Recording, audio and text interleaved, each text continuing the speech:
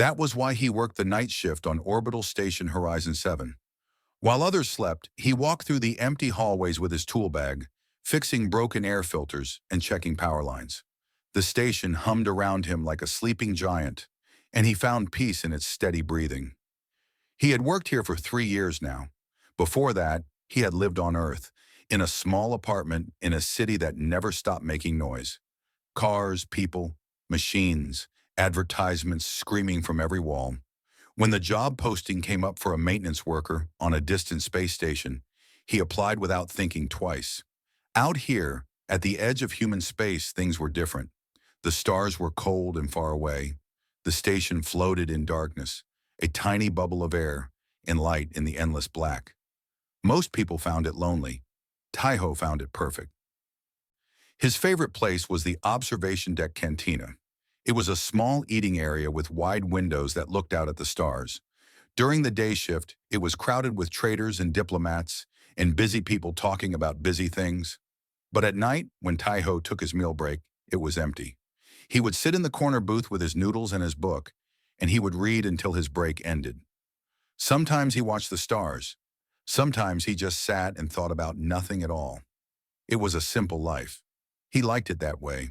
But tonight, everything changed.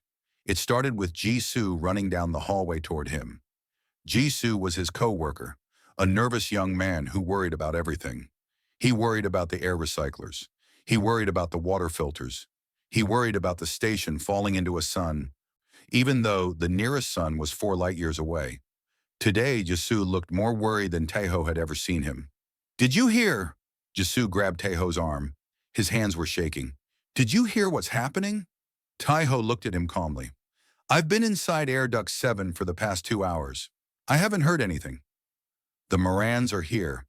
Jisoo's voice dropped to a whisper, as if saying the word too loudly might summon them. "A whole delegation. Their ship docked an hour ago." Taiho felt his stomach tighten, but he kept his face still. The Morans. Everyone knew about the Morans. They were one of the oldest warrior species in the galaxy. For thousands of years, they had conquered system after system, building an empire on blood and fear. They stood 7 feet tall, with gray skin and 4 arms and eyes that could see in perfect darkness. Their soldiers were trained from birth to kill. Their culture had one simple rule: the weak die and the strong take what they want. 3 years ago, they had almost gone to war with humanity. A border dispute, they called it. A Moran fleet had destroyed 2 human colony ships. Humans had destroyed a Moran outpost in response. For 6 months, everyone waited for the full invasion that would end the human race. It never came. No one knew why. The Morans simply pulled back, and both sides pretended it never happened. But everyone remembered. Everyone was afraid. "Why are they here?" Taiho asked. "Diplomacy." Jisoo laughed, but there was no humor in it. "They want to talk. Commander Yuna is meeting with their leaders tomorrow. Some kind of trade negotiation." "Then why are you so scared?" Jisoo stared at him like he had lost his mind. "Because they're Morans. Do you know what they do to people who annoy them? They tear them apart with their hands. They think humans are prey animals. They look at us the way we look at insects." Taiho nodded slowly. He had heard the stories. Everyone had. "Security Officer Do-hwan sent out a warning to all staff," Jisoo continued. "Stay away from the Moran delegation. Don't speak to them. Don't look at them. If you see one coming, walk the other way." Prolonged eye contact is a challenge in their culture. Casual conversation is seen as weakness. They might kill you just for saying hello. "I understand," Taiho said. "Promise me you'll be careful." "I'm always careful." Jisoo did not look convinced, but he let go of Taiho's arm. "Just stay in the maintenance tunnels tonight. Don't go to the cantina. Don't go anywhere public. The Morans are exploring the station, and no one knows where they'll show up." Taiho thought about his quiet booth by the window, his noodles, his book, the stars. "I'll be careful," he said again. Jisoo hurried away, probably to warn someone else. Taiho watched him go, then looked down at his tool bag. His shift was almost over. His stomach was empty. His book was waiting. He knew he should listen to the warning. He knew he should hide in his small room and wait until the Morans left. That was the smart thing to do, the safe thing. But Taiho had spent his whole life being safe. He had left Earth because he was tired of living in fear. Fear of failure, fear of others, fear of a future he couldn't control. Out here in the black, he had found something like peace. He wasn't going to give that up because of some alien warriors who might or might not decide to kill him. Besides, he thought, the cantina would probably be empty. Everyone else would be hiding. The Morans had no reason to visit a small eating area with bad food and old chairs. He made his decision. 20 minutes later, Taiho sat in his corner booth with a bowl of hot noodles and a worn paperback book. The observation deck was dark and quiet. Stars filled the window like scattered diamonds. He was alone just as he liked it. He opened his book and began to read. It was an old story about a soldier who grew tired of fighting. The soldier wanted to put down his weapon and grow a garden. Taiho had read it many times before. He liked the ending.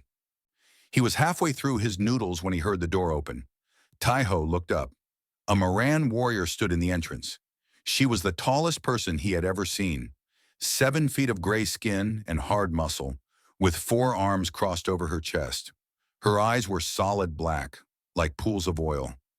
She wore armor that looked like it had been made from the bones of something huge and dead. She scanned the room slowly. Her gaze passed over the empty tables, the dark corners, the wide windows. Then she looked at Taiho. He stopped breathing. For a long moment, neither of them moved. Taiho's hand was frozen over his noodles. The book lay open on the table. His heart pounded so loud he was sure she could hear it. "Run!" said a voice in his head. "Run now! Get up and run!" But his legs wouldn't move, and somewhere beneath the fear, a stubborn voice said something else. "Why should I run? This is my table. These are my noodles. I was here first." The Moran warrior began to walk toward him. Her footsteps were heavy on the metal floor. Each step brought her closer. Taiho watched her come, unable to look away, unable to move. She stopped at his table, and she sat down. The Moran warrior sat across from Taiho like it was the most natural thing in the world. She took up most of the booth. Her forearms rested on the table, 2 pairs of hands folded together. Her black eyes reflected the starlight from the window. Up close, Taiho could see that her gray skin had faint patterns on it, like old scars that had healed into something beautiful. She said nothing. Taiho said nothing. The silence stretched between them like a wire pulled tight. Taiho was very aware of his own breathing, his own heartbeat, the sweat forming on his palms. His noodles were getting cold. His book lay forgotten beside them. What was he supposed to do? Jisoo had said not to speak. Dewan had said not to make eye contact. Everyone had said to run. But running seemed pointless now.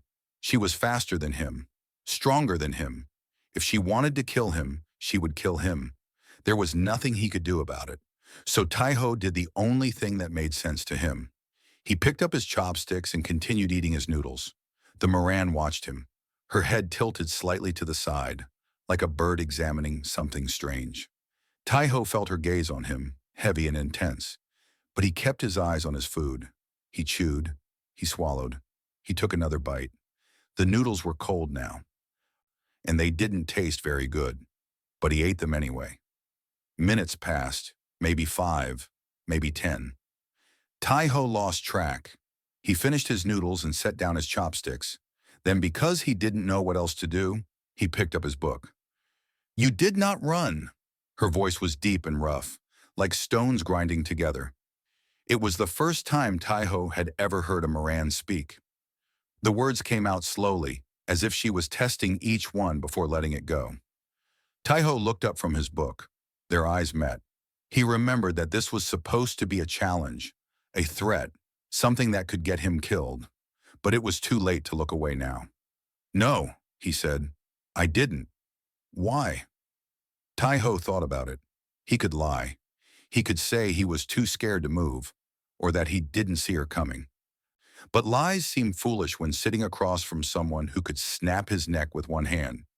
"Didn't see the point," he said honestly. "You're faster than me. If I ran, you'd catch me. So why run?" The Moran's black eyes widened slightly. For a moment, she said nothing. Then something changed in her face. Not quite a smile, but close to it. "A practical answer," she said. I did not expect that. What did you expect? Fear, pleading, attempts to threaten or bargain. She unfolded two of her arms and rested them on the table. Your kind usually does one of these things when they see us. Would any of those things have worked? No. Then I made the right choice. Another moment of silence. The Moran studied him like he was a puzzle she couldn't solve. Taiho found himself relaxing slightly. He wasn't dead yet. That was something. What is that? She pointed at his book with one gray finger. Taiho held it up so she could see the cover. It was old and worn, the edges soft from years of reading. The title was printed in faded letters. The Gardener's War. A book, he said. A story. I know what a book is. Her voice held a hint of irritation. What story? It's about a soldier who gets tired of fighting. He leaves the army and tries to grow a garden. But the war keeps following him, and he has to decide whether to pick up his weapon again or let everything he loves be destroyed. The Moran was silent for a long moment. Her black eyes stared at the book's cover, and something shifted in her expression. Something Taiho couldn't read. How does it end? She asked. He puts down his weapon. He chooses the garden. And he dies? No, he lives. The war ends without him. He grows old and peaceful, and when he finally dies, it's in his bed, surrounded by flowers. The Moran made a sound that might have been a laugh or might have been a growl. That is a lie. Wars do not end for those who refuse to fight them. They end only when one side has destroyed the other. Maybe, Taiho said, or maybe the story is about how some battles aren't worth fighting. She stared at him. Her four hands tightened into fists, then slowly relaxed. You are strange, she said. Your people are weak and soft. You have no claws, no armor, no strength. Yet you sit here eating cold food and speaking to me as if I am not the most dangerous thing you have ever seen. Are you going to kill me? The question came out before Taiho could stop it. He tensed, waiting for her answer. The Moran leaned back in her seat, her arms crossed over her chest again, and her black eyes never left his face. I have not decided, she said. Somehow that was more frightening than a simple yes. Can I ask you something? Taiho said. You may ask, I may not answer. Why did you sit down? This whole station is empty. You could have gone anywhere. Why here? Why with me? The Moran was quiet for a long time. When she finally spoke, her voice was softer than before. Because you were not hiding? Taiho waited for her to say more, but she didn't. She simply sat there, watching the stars through the window. Her face was unreadable. After a while, Taiho went back to his book. He didn't know what else to do. Reading seemed less dangerous than talking, and if she wanted to kill him, she would have done it already. He was 3 pages in when she spoke again. My name is Veka. Taiho looked up. I'm Taiho. Taiho, she repeated. The name sounded strange in her rough voice. You are not afraid of me. I'm terrified of you, he said honestly. But I'm tired of being afraid. I spent my whole life on Earth being afraid of things I couldn't control. When I came out here, I decided to stop. Fear is exhausting. Veka studied him with those oil-black eyes. Then slowly she stood up. All 7 feet of her loomed over the table, blocking out the starlight. You are interesting, Taiho, she said. I will remember you. She turned and walked toward the door. Her footsteps echoed through the empty cantina. At the entrance, she paused and looked back over her shoulder. The noodles, she said. Are they good? Taiho blinked. Not really.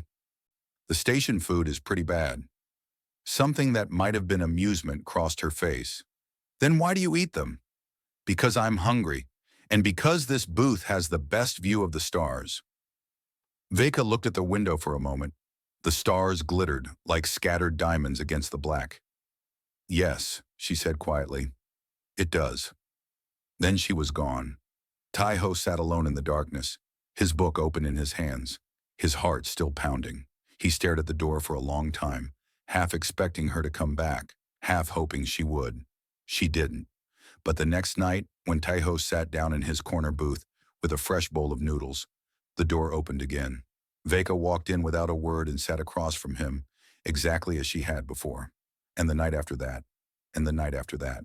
Within a week, The entire station was talking about the human maintenance worker who ate dinner with a Moran warrior. They called him crazy. They called him suicidal. They said he had a death wish. Tai-Ho didn't care what they said. For the first time in years, he had someone to share the stars with. Tai-Ho heard the whispers everywhere he went. In the maintenance tunnels, workers stopped talking when he walked past. In the hallways, people stared at him like he had grown a second head.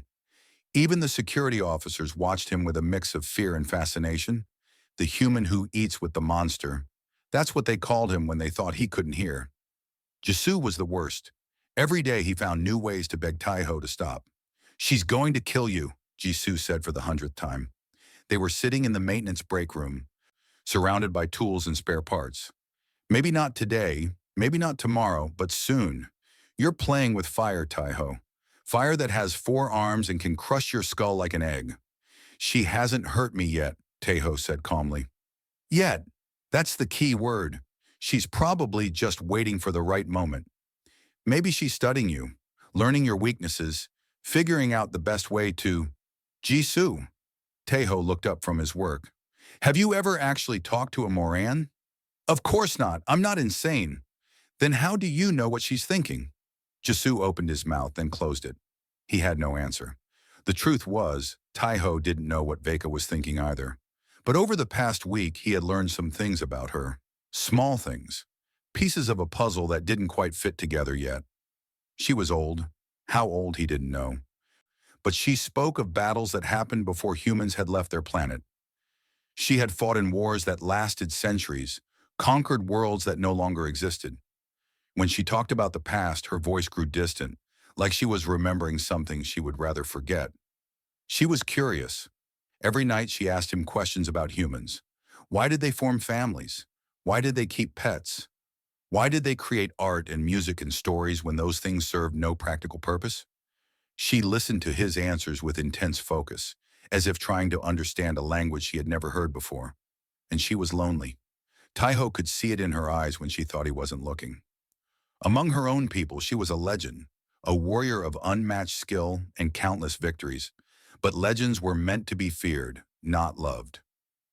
She had spent 200 years surrounded by soldiers who obeyed her, enemies who fled from her, and leaders who used her as a weapon. No one had ever just sat with her, until now. "She asked about my book again last night," Tai-Ho told Jisoo, "the one about the soldier who becomes a gardener. She wanted to know why he stopped fighting." "Who cares about her book club?" Jisoo threw his hands up in frustration. "Tai-Ho, the diplomatic negotiations are already fragile. Commander Yuna is walking on broken glass trying to keep the peace. If you do something stupid, if you make this Moran angry, the whole thing could fall apart. We could go to war again." Tai-Ho knew he was right. The station was tense. Everyone was watching every move, every word, every gesture. The Morans walked through the halls like sharks swimming through shallow water, and the humans pressed themselves against the walls to let them pass. But when Tai-Ho sat in his booth at night and Veka sat across from him, all of that seemed very far away. Last night she had told him about her people. The Morans had been warriors for so long that they had forgotten how to be anything else. Their entire culture was built on conquest. The strong took from the weak, and the weak either grew strong or died. There was no room for softness, no room for doubt. A Moran who showed mercy was considered defective. A Moran who questioned the endless wars was considered insane. "We are dying," Veka had said, her voice quiet in the darkness. "Not from enemies or disease, we are dying from emptiness. Our young are born with fire in their blood. But the fire burns out quickly. They fight and kill and conquer. And then they look around and ask, what is the point? More and more of them simply stop. They refuse to eat. They refuse to move. They sit in silence until their bodies fail." "That sounds like despair," Tai-Ho had said. "We have no word for it. Despair is a weakness, and weakness is not permitted." She had stared out at the stars, her 4 hands clenched on the table. "But I have seen it, in the eyes of my soldiers, in the eyes of our children, in my own reflection." Tai-Ho had not known what to say, so he had done the only thing he could think of. He had pushed his bowl of noodles toward her. "Want some?" he had asked. Veka had looked at the noodles like they were a foreign object. Then slowly she had picked up the bowl with two hands and examined it. "Is this poison?" she had asked. "Only if you count too much salt." She had tasted the noodles carefully, chewing with an expression of deep suspicion. Then she had set the bowl down. "It is terrible," she had said. "I know. Why do you eat it?" "Because it's warm, and because eating alone is sad." Something had shifted in her face then, something he couldn't name. She had pushed the bowl back toward him, and for the rest of the night, they had sat in silence, watching the stars together. Now sitting in the break room with Jisoo, Taiho thought about that moment, about the look in her eyes when he offered her his food. No one had offered her anything in 200 years, she had told him once. Everything she had taken by force. "Commander Yuna wants to see you." Taiho looked up. Dowan, the security officer, stood in the doorway. His face was serious. "Now?" Taiho asked. "Now!" Jisoo grabbed Taiho's arm. "This is it. You're in trouble. I told you this would happen. I told you." Taiho gently pulled his arm free. "Relax. If I was in trouble, they would have sent more than one person." He followed Do-won through the station to the command center. It was a large room filled with screens and controls, the heart of Horizon 7. Commander Yuna stood by the main window, her hands clasped behind her back. She was a small woman with gray hair and tired eyes, but everyone on the station respected her. She had kept them alive through the border crisis 3 years ago. She had kept them alive every day since. "Leave us," she said to Do-won. The door closed. Taiho stood alone with the commander. "Do you know why I called you here?" she asked without turning around. "Because of Veka." "Yes, because of Veka." She finally turned to face him. "Do you understand what you're doing? Do you understand the risk?" "I think so." "I don't think you do." She walked toward him slowly. "The Moran delegation is here to negotiate a trade agreement. If we succeed, it could be the first step toward real peace. If we fail, we could be looking at another war. Millions of lives hang in the balance." Taiho nodded. "I understand." "And in the middle of this delicate situation, you, a maintenance worker with no diplomatic training, have somehow become the only human that a Moran elite warrior wants to spend time with." She stopped in front of him. "Why?" "I don't know. That's not good enough." Taiho thought carefully before answering. "She's lonely. She's been fighting for 200 years and she's tired. I think she came to my table because I was the first person who didn't run from her. I was just a man eating noodles and reading a book. And for some reason, that was enough." Commander Yuna studied his face for a long moment. Then she sighed. "The Moran High Commander has noticed your relationship with Veka. He's asking questions. Some of the younger warriors think she's been contaminated by human weakness." "What does that mean?" "I don't know, but I need you to be careful. If this situation goes wrong, if Veka is punished because of you, or if someone decides to make an example of the human who got too close, it could destroy everything we've worked for." Taiho met her eyes. "What do you want me to do?" "I want you to keep doing exactly what you're doing," she said quietly, "because right now, you might be our best chance at understanding them, at finding some kind of bridge between our peoples." She paused. "But if things go wrong, I won't be able to protect you." "I know." That night, when Veka sat down across from him in the cantina, Taiho looked at her carefully. She seemed the same as always, tall and gray and dangerous, her black eyes reflecting the stars. "Something is wrong," she said. It wasn't a question. "People are watching us," he replied. "Your people. My people. Everyone is nervous." Veka nodded slowly. "I know. The young warriors call me soft. They say I have forgotten what I am." "Have you?" She was quiet for a long time. When she spoke, her voice was barely above a whisper. "I hope so." For 3 weeks, the Moran delegation and human representatives had been negotiating. Trade routes had been discussed. Border agreements had been drafted. For the first time in 50 years, it seemed like real peace might be possible. Commander Yuna had organized the dinner to mark the occasion. Both species would gather in the station's largest hall, share food, and demonstrate that they could exist in the same room without violence. Taiho had been ordered to attend as support staff. He would serve food, clear tables, and stay invisible. That was fine with him. He had no interest in diplomacy or politics. He just wanted to do his job and go back to his quiet booth. But as he stood against the wall watching the guests arrive, he felt a knot forming in his stomach. The Morans entered in formation. 20 warriors in bone-white armor, their gray skin gleaming under the station lights. They moved like predators, their black eyes scanning the room for threats. The humans pressed back against the walls, trying to make themselves small. Veka was among them. She stood near the back of the group, her forearms crossed over her chest. She looked different tonight, harder, colder, like she had put on a mask to hide something underneath. When her eyes found Taiho across the room, she gave no sign of recognition. He understood. Here in front of her people, she couldn't acknowledge him. He was just another human, just another piece of prey. The dinner began. Food was served, both human dishes and Moran cuisine that looked like it was still moving. Speeches were made. Commander Yuna talked about cooperation and mutual respect. The Moran High Commander, a massive male with scars covering half his face, responded with words about strength and honor. Everything was going smoothly. Then one of the younger Moran warriors stood up. He was tall even by Moran standards, with pure black armor and eyes that burned with anger. He pushed his way through the crowd until he stood in the center of the room facing Veka. "Veka of the 3rd Legion," he said loudly. His voice echoed off the walls. "I am Brath of the 5th Legion. I call you out." The room went silent. Every Moran turned to watch. The humans looked confused, sensing danger but not understanding it. Veka's expression didn't change. "On what grounds?" "You have dishonored our people."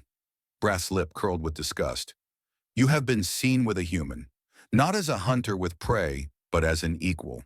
You sit with him. You speak with him. You share food with him like he is one of us." Whispers spread through the Moran ranks.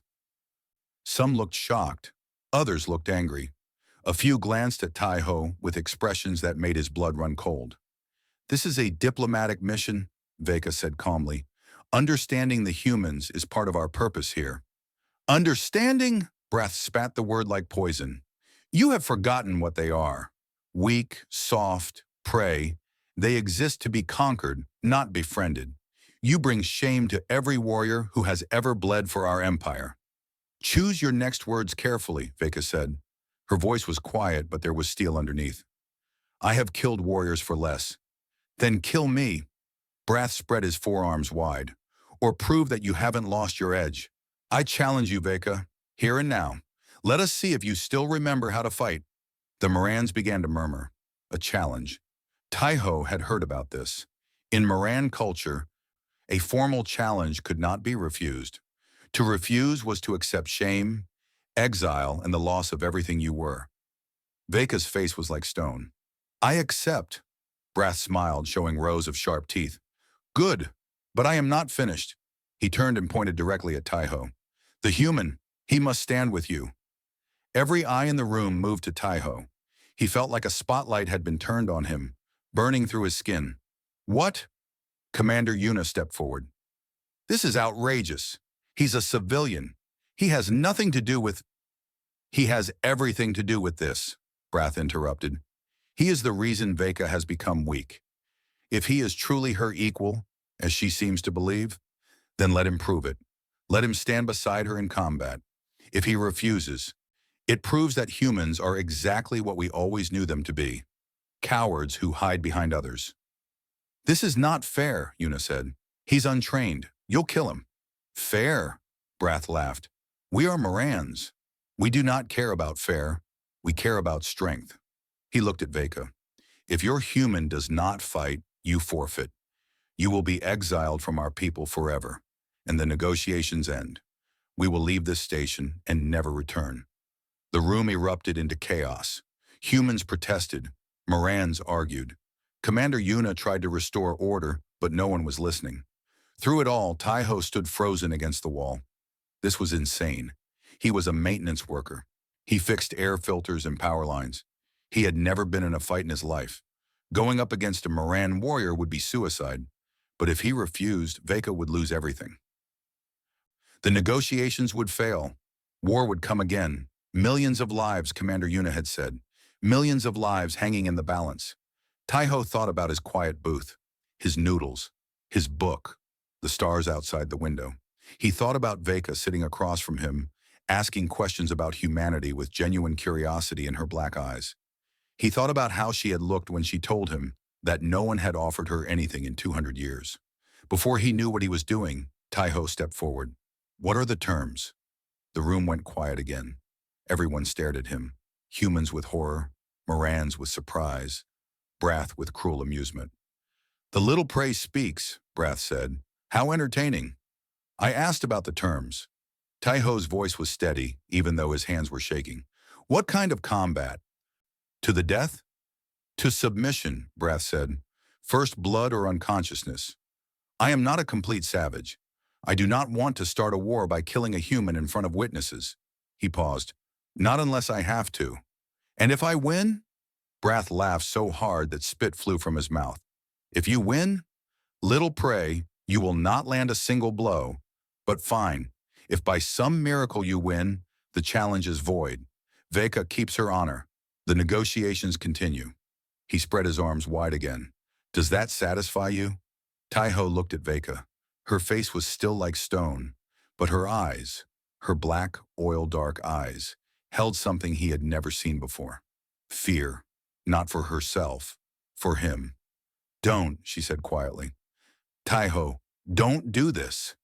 If I don't, you lose everything." He tried to smile. "Besides, you said I was interesting. I'd hate to become boring. This is not a joke. He will hurt you. He will—" "I know." Taiho turned back to Brath. "I accept." The room erupted again, louder than before. Commander Yuna grabbed his arm, trying to pull him back. Jisoo was somewhere in the crowd, screaming that he had finally lost his mind. But Taiho only had eyes for Veka. She stood perfectly still, her 4 hands clenched into fists at her sides. When she finally spoke, her voice was barely above a whisper. "Then I will train you," she said. "You have until dawn." Brath clapped his hands together. "Dawn it is. Try not to die before then, little prey. I want to enjoy this." He walked away, his warriors following behind him. The humans scattered, talking in panicked whispers. Commander Yuna was already calling emergency meetings, trying to find some way out of this disaster. Taiho stood alone in the middle of the chaos. 12 hours.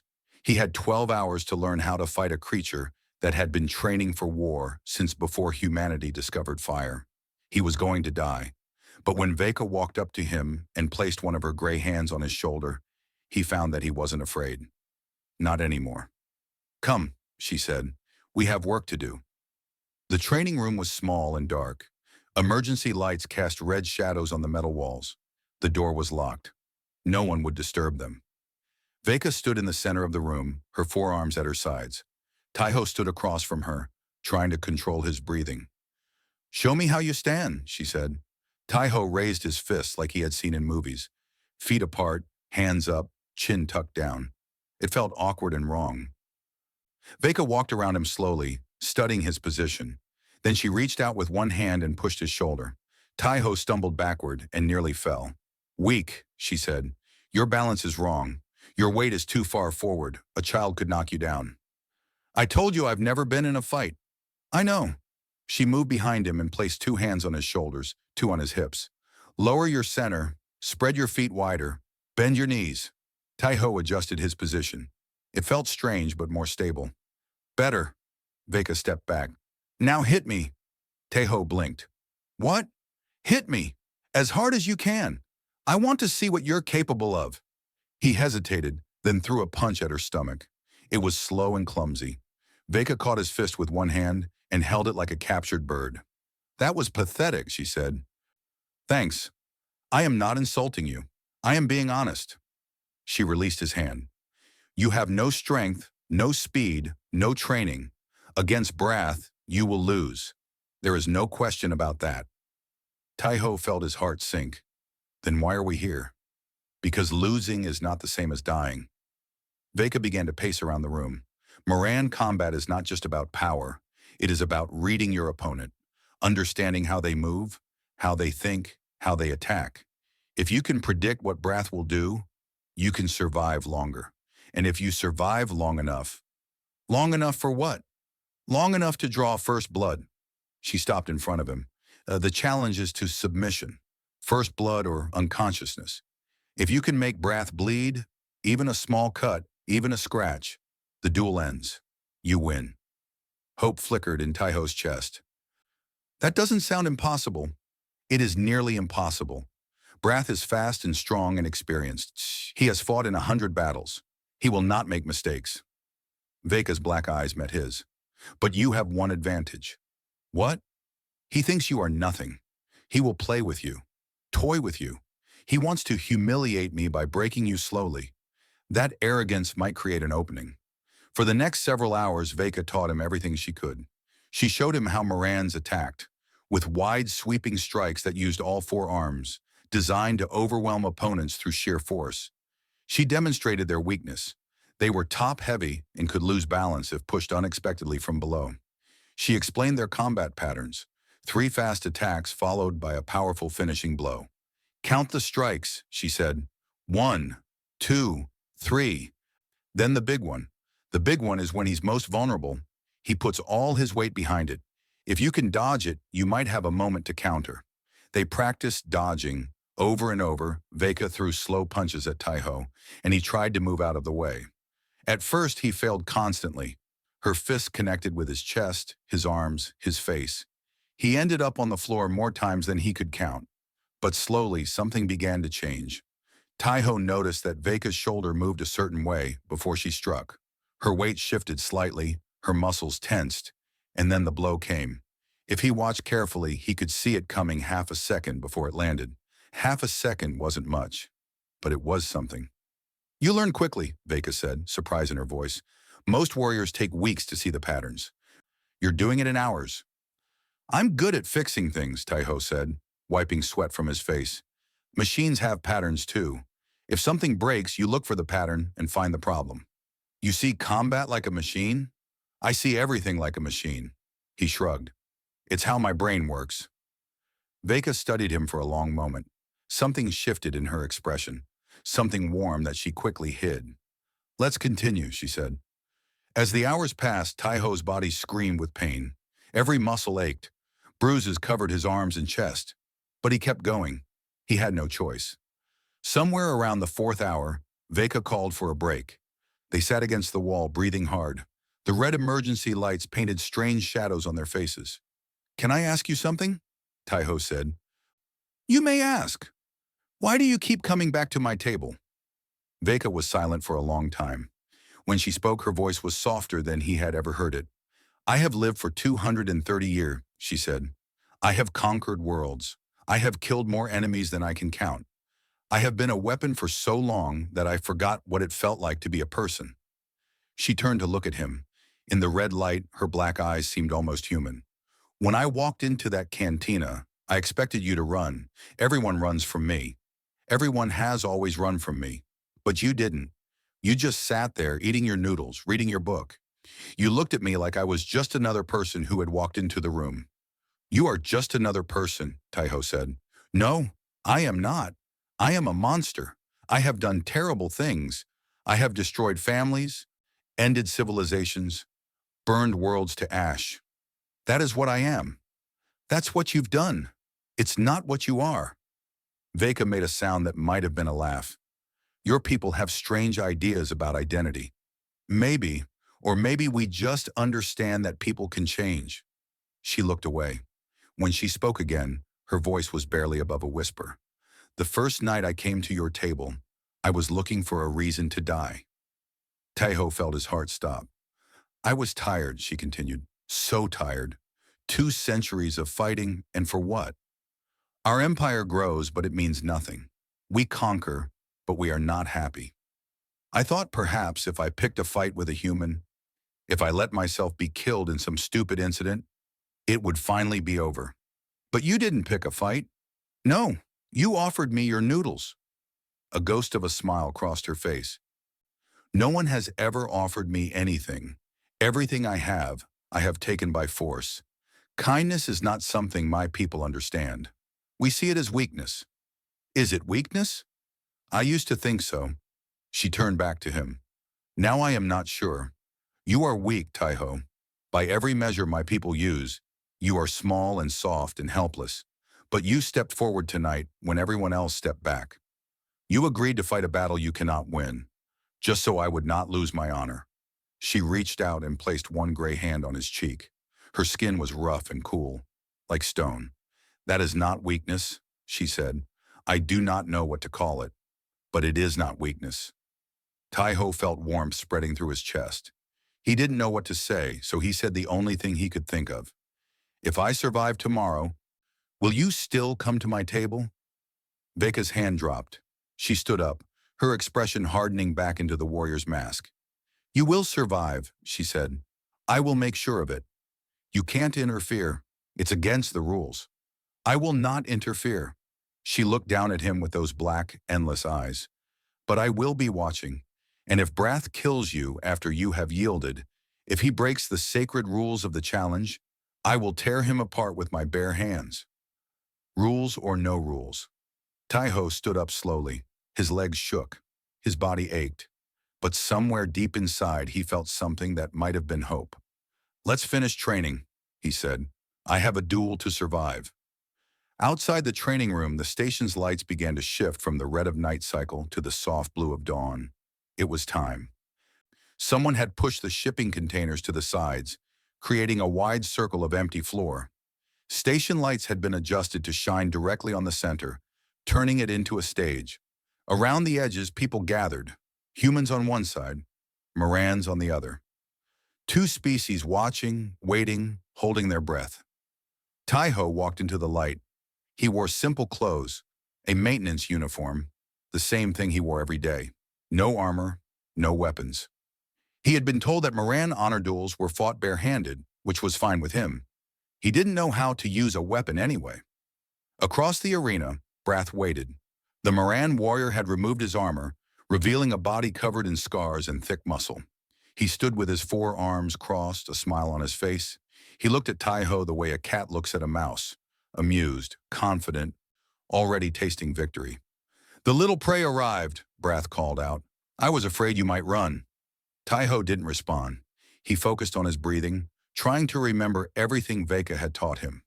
Watch the shoulders, count the strikes. 1, 2, 3, then the big one. He could do this. He had to do this. Near the front of the human crowd, he spotted Jisu. His friend looked pale, his hands pressed over his mouth. Commander Yuna stood beside him, her face grim but composed.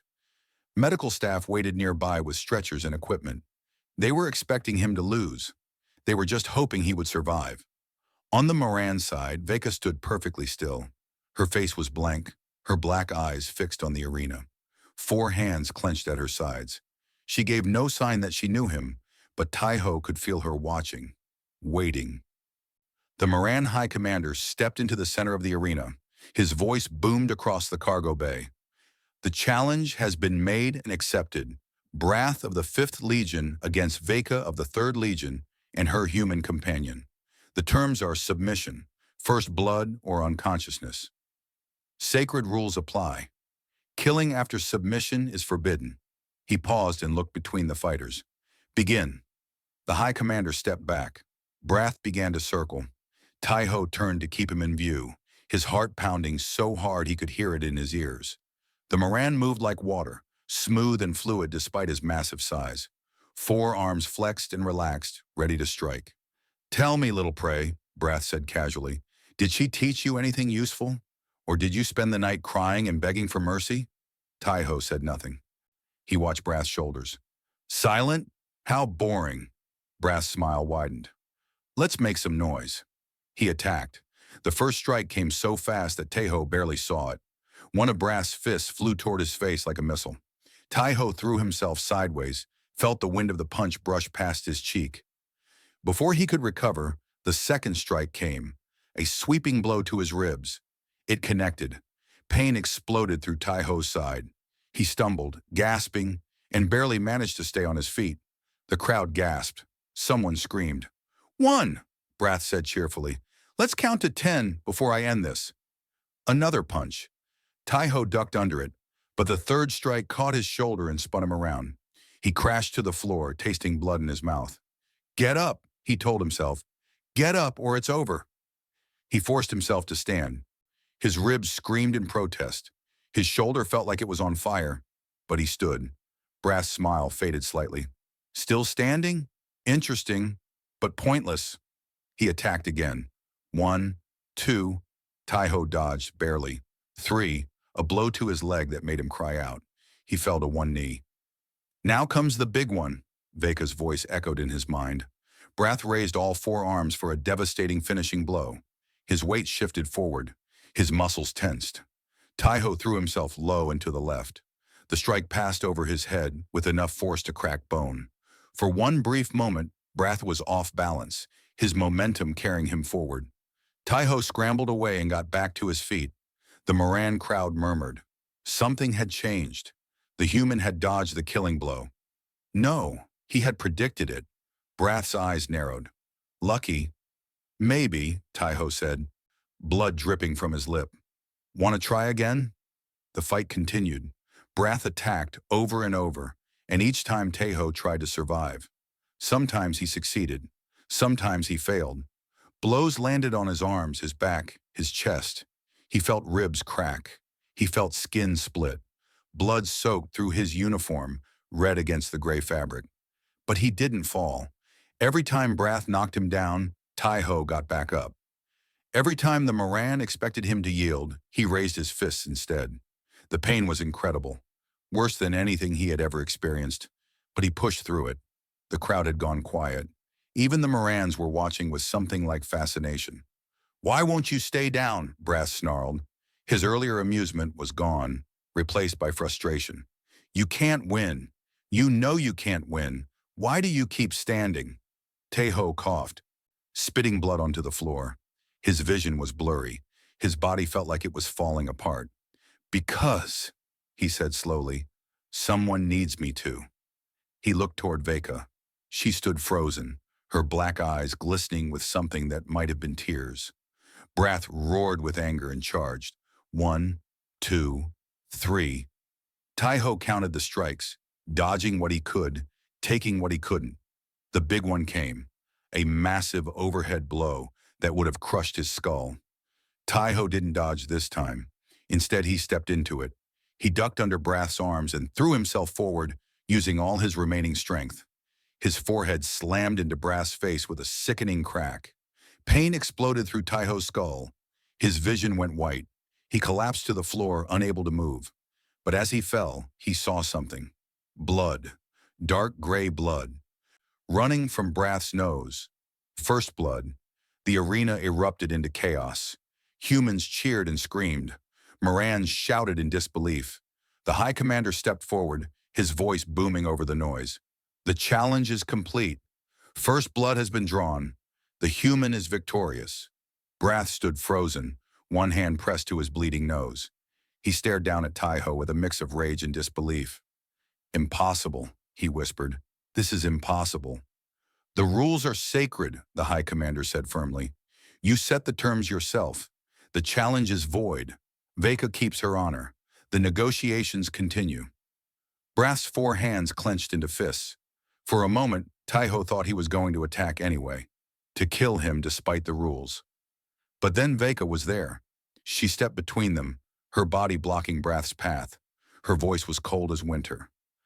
The challenge is over, she said. Touch him again, and I will forget we share blood. Brath stared at her, his eyes burning with hate. Then slowly he stepped back. This isn't finished, he growled. Yes, it is. Brath turned and walked away, his warriors following behind him. The Moran crowd began to disperse, murmuring among themselves. Taiho lay on the cold floor, staring up at the lights. Everything hurt. He couldn't move. But somewhere inside, past all the pain, he felt something warm and bright. He had won. A shadow fell over him. Veka knelt beside him, her face filling his vision. You foolish, stubborn, incredible creature, she whispered.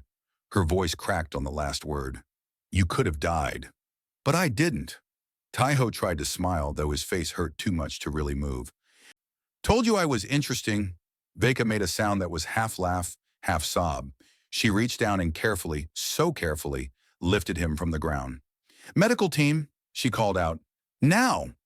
As the doctors rushed forward, Tai-Ho felt himself being carried through the crowd. Humans reached out to touch him as he passed, their faces full of wonder and gratitude.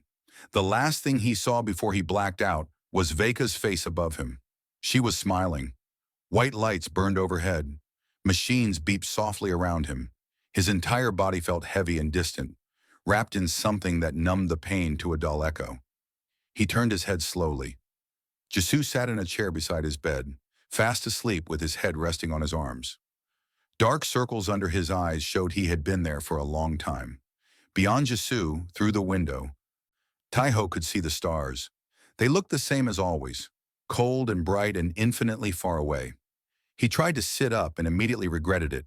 Pain shot through his chest, his shoulders, his head. He groaned. Jisoo jerked awake. "You're up! Oh, thank everything, you're up!"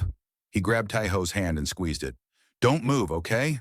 The doctors said you have 3 broken ribs, a fractured collarbone, a severe concussion, and more bruises than they could count. You're supposed to rest for at least 2 weeks. How long have I been out?" 3 days. 3 days. Tai-Ho let his head fall back against the pillow. It felt like years. "What happened?" he asked. "After the fight, is everything okay?" Jisoo's face broke into a wide smile. "Okay, Tai-Ho, everything is amazing. The negotiations resumed the day after your fight. The Morans were so impressed by what you did that they completely changed their approach. They're actually listening now, actually talking. Commander Yuna says we might have a full peace treaty within the month." "That's good." Tai-Ho closed his eyes. "That's really good. And that's not all." Jisoo leaned closer, his voice dropping to an excited whisper. "The High Commander came to see you while you were unconscious. The Moran High Commander. He stood in this room for 10 minutes just looking at you. Then he told Commander Yuna that you had earned a name among his people." "A name? Apparently it's a huge honor. Only a few non-Morans have ever received one in their entire history." Jisoo squeezed his hand again. "You're famous, Tai-Ho. On both sides." Tai-Ho didn't know how to feel about that. He had never wanted to be famous. He just wanted to eat noodles and read books and watch the stars. The door to the medical bay slid open. Commander Yuna walked in, followed by 2 security officers. She looked tired but relieved. "Mr. Kim, good to see you awake." "Commander." Tai-Ho tried to sit up again and failed. "I heard the negotiations are going well."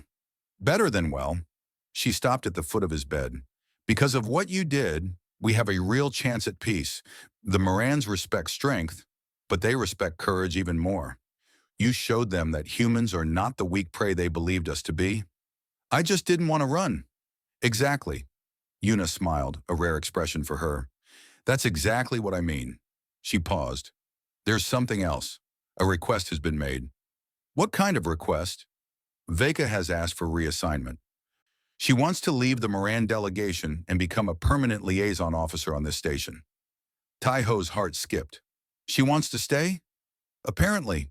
Yuna's eyes were knowing. "The High Commander approved it immediately. Something about building bridges between our peoples." She turned toward the door. "Get some rest, Mr. Kim. You've earned it." She left. Jisoo stayed a while longer, talking about nothing in particular, trying to fill the silence with cheerful noise. Eventually the doctors came and sent him away.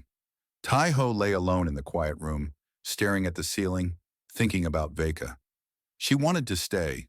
She had asked to stay. For the first time in days, he smiled. Over the next 2 weeks, Tai-Ho healed slowly. The doctors pumped him full of medicines and regeneration treatments. The pain faded from screaming to aching to merely uncomfortable. By the end of the 2nd week, he could walk on his own, though he still moved stiffly.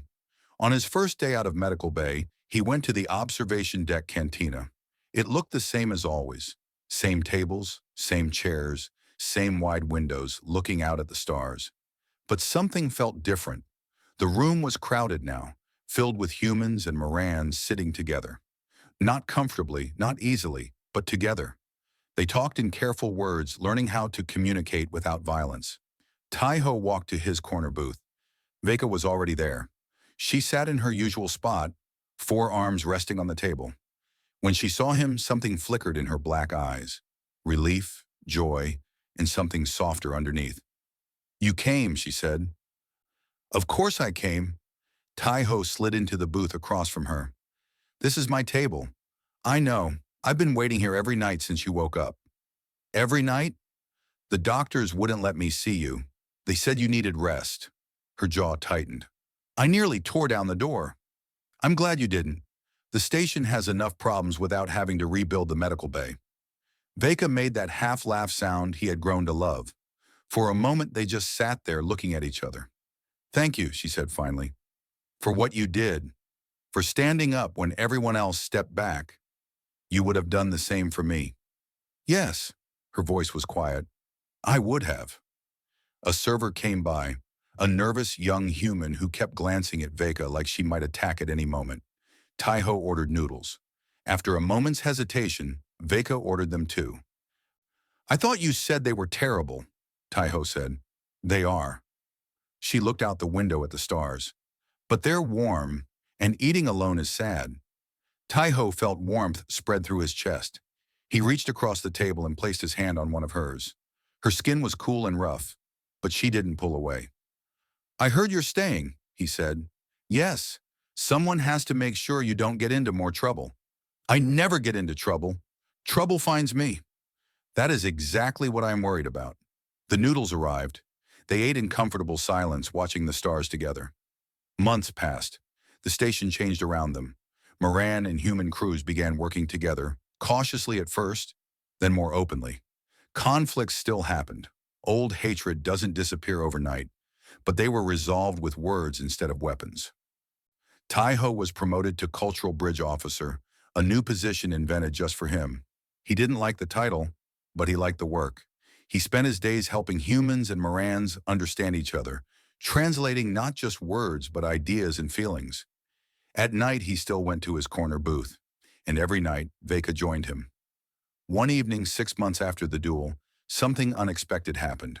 A small Moran child approached their table. She was young, barely waist-high to Tai-ho, with gray skin and bright, curious eyes. Unlike the adult Morans, she didn't look threatening. She looked scared. Excuse me, she said in careful human words. Are you the one from the stories? Tai-ho looked at Veka, then back at the child. What stories? The stories the warriors tell about the human who fought Brath and won. Is it true? Did you really survive? Tai-ho knelt down to her level. The child flinched slightly, then held her ground. It's true, he said. I fought him, but I didn't really win. I just refused to lose. What's the difference? Tai-ho thought about the question. It was a good one. Winning means you're stronger than someone else, he said finally. Refusing to lose means you're strong enough for yourself. I didn't fight Brath to prove I was better than him. I fought because someone needed me to stand up. That's what humans do. Is that why the warriors respect you? Because you stood up? Maybe. Or maybe they respect me because I showed them something they hadn't seen before. Tai-ho smiled. Strength isn't just about muscles and fighting. Sometimes it's about being kind when it's easier to be cruel. Sometimes it's about staying when everyone else runs away. The child considered this. Then she looked at Veka. Is he always like this? Always, Veka said. Something like amusement warmed her voice. It is very annoying. I like it. The child smiled, a small, shy expression that transformed her face. Thank you, human. I will remember what you said. She ran back to her family, a group of Moran adults who had been watching nervously from across the room. Her mother nodded once at Tai-ho, a gesture of respect. Veka placed one of her hands on Tai-ho's shoulder. You have a gift, she said quietly, for making people believe they can be more than they are. I just tell them the truth. That is the gift. They sat back down in their booth. The stars gleamed outside the window. In the cantina around them, humans and Morans shared meals and conversations, building something that had never existed before. Do you ever regret it? Tai-ho asked. Staying here? Leaving your people? Veka was quiet for a long moment. When she spoke, her voice was softer than the stars. I spent 200 years fighting for an empire that gave me nothing but emptiness. I killed and conquered and destroyed, and at the end of each day, I felt nothing. She turned to look at him. Then I walked into this cantina and found a strange little human eating terrible noodles. And for the first time in centuries, I felt something. What? Hope. She reached out and took his hand. You terrify me, Taiho. All your people terrify me. You are small and weak and fragile, but you refuse to break. No matter what the universe throws at you, you stand up again. That is not something my people understand. That is not something we know how to fight. Taiho squeezed her hand. Maybe you're not supposed to fight it. Maybe you're supposed to join it. Veka looked at him for a long moment. Then slowly she smiled. Maybe I already have. Outside the observation window, two ships passed in the darkness, a Moran battleship and a human cruiser. For the first time in 50 years, neither weapon was armed. The stars burned cold and bright. But here, in a small booth by the window, something warm had begun to grow. And that was enough.